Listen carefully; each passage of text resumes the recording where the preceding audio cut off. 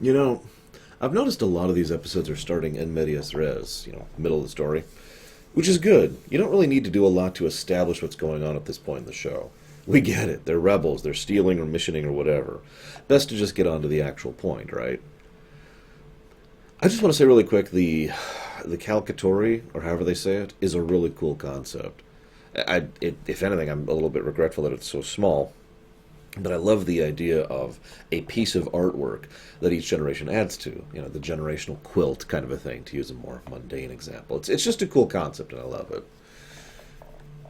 I've been noticing something in several episodes, and it's too early to really gauge. I have a really horrible feeling that the Imperials are starting to get more competent. Just a little bit. I'm not sure if that's a deliberate intention or not. Basically, from a writing perspective, you would do that to show the escalation of the threat, the fact that the Empire is now actually a threat to them because of the presence of Price and Thrawn. I'm not sure, though, if they're actually going for that. We'll see. I've just been noticing bits and pieces of it here and there.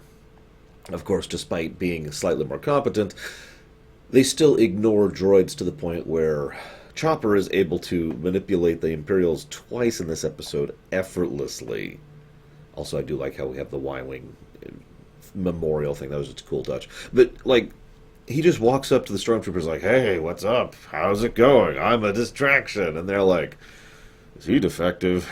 And that's it. And there's an even better part later. In the middle of a hostage exchange, with weapons aimed at an enemy, the droid just walks by. I was like, what's that droid doing? It's just funny. It's not out of character. It's not even bad writing. It's just funny because of how furniture droids are usually considered, as I've talked about many times before. Yeah, I know, I know. You want me to talk about Thrawn.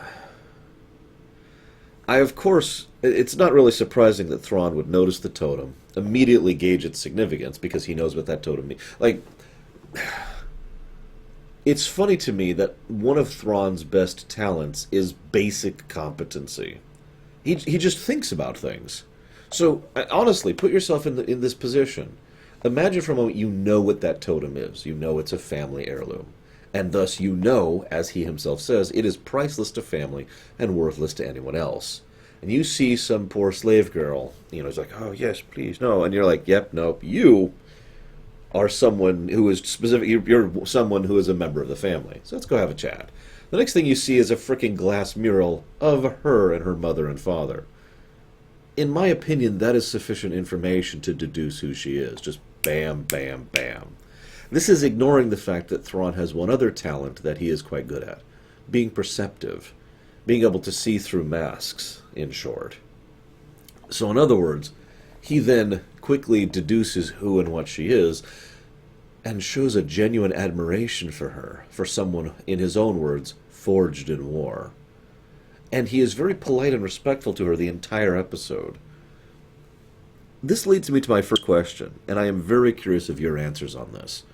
Do you think that politeness is a veneer? A falsehood, in other words? Or do you think he really is that is genuinely him, that he is gracious to her and thankful for her hospitality? It's an interesting question. I'm not sure yet, because I don't know this Thrawn that well yet. I'm going to be learning him a bit more as we go through this show. I also want to say, there's all of that could be taken as a fairly typical villain for the most part. There's one scene, actually there's two, but there's one scene that really caught my attention. The second scene, just to say it in brief, is when he lets them go. Even though he had it in his power to try and stop them, he just lets them flee. But the one scene that really caught my attention is when he loses his control for just a second with the Imperial captain, the idiot. Now, the Imperial captain is portrayed as a typical Imperial in a bad way, like a stupid Sith, except a stupid Imperial. And he actually grabs him and growls at him for just a second before he manages to reestablish himself. I find that fascinating. This Thrawn has always spoken not with a deep, commanding voice. Instead, he always has just a little bit, not quite a lisp, but you can tell that he's soft-spoken, usually very slow in his methodology and speech patterns. The way he talks, the occasional pauses. It's a fascinating way to voice the character. to see him lose that for just a second, that got me thinking. All I have is speculation now. Like I said, I'm learning the character as we go here. Before I go any further, I do want to give two speculations, because the first and most obvious speculation is the obvious one. He's upset at the guy for being so dismissive of art, something that Thrawn values very much. I like to think it's something else, though.